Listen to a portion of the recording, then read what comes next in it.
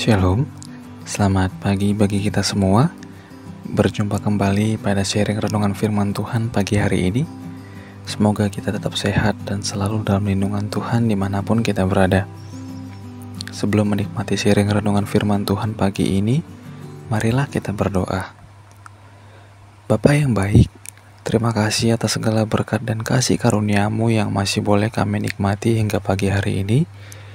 Ya Bapa, sebelum melakukan segala aktivitas kami hari ini, sebentar kami mau membaca dan merenungkan firman-Mu. Tolonglah kami agar kami dapat mengerti dan memahami firman-Mu ya Bapa. Terima kasih ya Tuhan. Amin.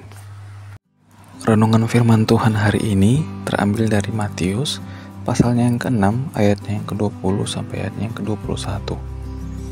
Begini firman Tuhan, "Tetapi kumpulkanlah bagimu harta di sorga. Di sorga, ngengat dan karat tidak merusakkannya, dan pencuri tidak membongkar dan mencurinya. Karena di mana hartamu berada, di situ juga hatimu berada." Amin. Salah satu topik Alkitab yang paling penting adalah hati. Di sepanjang kisah Alkitab, Tuhan menunjukkan bahwa Dia tidak tertarik pada uang, waktu, atau pelayanan kita, melainkan hati kita. Mengapa ini penting? Yesus mengajar murid-muridnya bahwa hati adalah pusat kehidupan kita. Emosi dan keinginan kita mengalir dari hati kita. Jika Tuhan mendapatkan akses hati kita, maka sisa hidup kita akan senantiasa mengikuti Tuhan. Dalam Matius 6 ayat 21 tadi, Yesus berkata bahwa di mana harta kita berada, di situ juga hati kita berada. Hal-hal yang kita hargai dalam hidup kita mengungkapkan di mana hati kita sebenarnya berada. Hal-hal yang kita pikirkan, segala sesuatu yang menghabiskan uang kita dan yang memakan energi kita untuk mencapainya, disitulah hati kita berada. Ketika kita sangat berjerih lelah hanya untuk mengumpulkan harta di bumi, Tuhan sudah mengingatkan kita bahwa harta itu tidak bersifat kekal dan bisa hilang kapan saja. Sebaliknya, Tuhan mengajarkan kita agar kita mengumpulkan harta di sorga karena itulah yang bersifat kekal. Akan tetapi, bagian ini seringkali menjadi sebuah perdebatan atau ada yang suka memelintir makna dari firman Tuhan ini dengan mengatakan bahwa Tuhan tidak suka kita memiliki harta, bahkan memiliki harta yang banyak. Padahal Tuhan sama sekali tidak pernah melarang kita untuk mengumpulkan harta ataupun mencari harta sebagai alat kita untuk memenuhi kebutuhan kita sehari-hari. Jika kita melihat Alkitab Perjanjian Lama, kita ambil saja salah satu contohnya, yaitu Raja Salomo. Dia adalah raja yang sangat kaya. Padahal ketika Tuhan bertanya kepadanya mengenai apa yang dia minta, Raja Salomo tidak meminta harta. Tetapi Raja Salomo meminta Tuhan memberikan dia hikmat kebijaksanaan.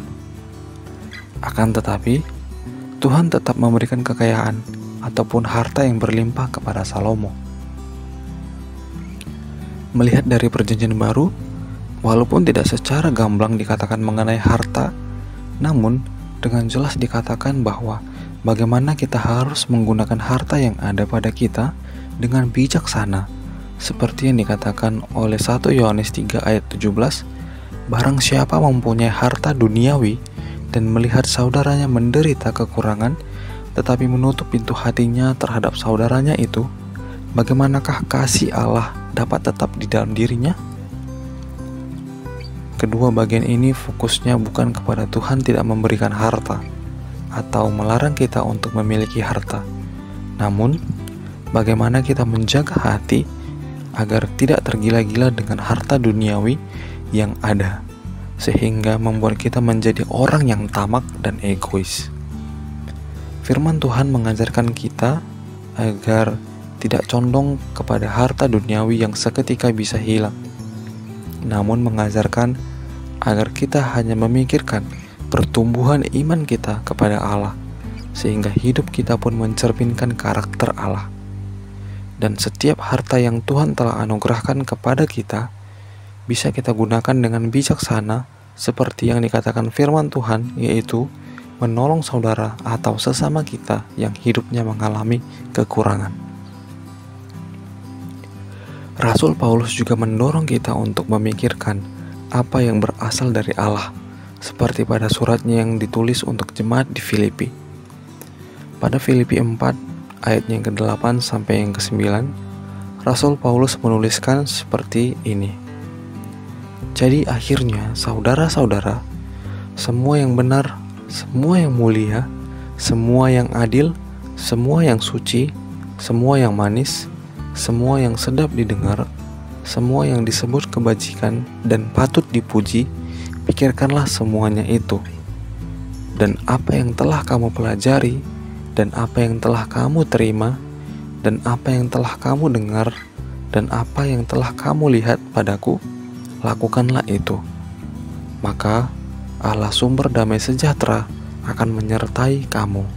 Pemikiran seperti ini akan menggerakkan hati kita untuk menghargai Yesus sebagai harta kita di atas segalanya di bumi ini.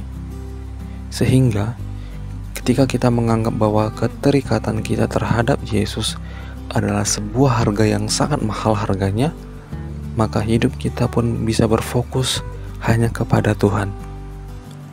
Dan kita pun tidak perlu takut mengenai apa yang akan kita makan atau apa yang akan kita pakai, karena Tuhanlah yang akan menyediakannya bagi kita. Tuhan Yesus pun tetap mengajarkan kepada kita melalui doa yang diajarkannya. Kita tetap boleh meminta makanan dan minuman yang kita butuhkan setiap harinya. Dan tentunya Tuhan pasti menganugerahkan apa yang kita butuhkan setiap hari. Maka, mulai saat ini, marilah kita menghilangkan pikiran mengenai Tuhan tidak mengizinkan kita mengumpulkan atau mencari harta di dunia ini. Akan tetapi, fokuslah untuk pertumbuhan iman kita, sehingga hati kita berpaut kepada Tuhan saja, dan kita dengan giat mengumpulkan harta kita di sorga dengan menggunakan setiap harta yang telah Tuhan anugerahkan bagi kita dengan menolong sesama. Kita dapat menggunakan harta yang ada dengan menolong orang-orang yang membutuhkan uluran tangan kita. Pertanyaan perenungan bagi kita saat ini yaitu, jika kamu jujur pada diri sendiri, menurut kamu, di manakah hartamu saat ini berada?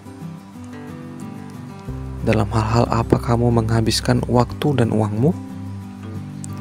Jawablah dalam hatimu dan pikirkanlah bagaimana hal-hal tersebut mengungkapkan hatimu berada.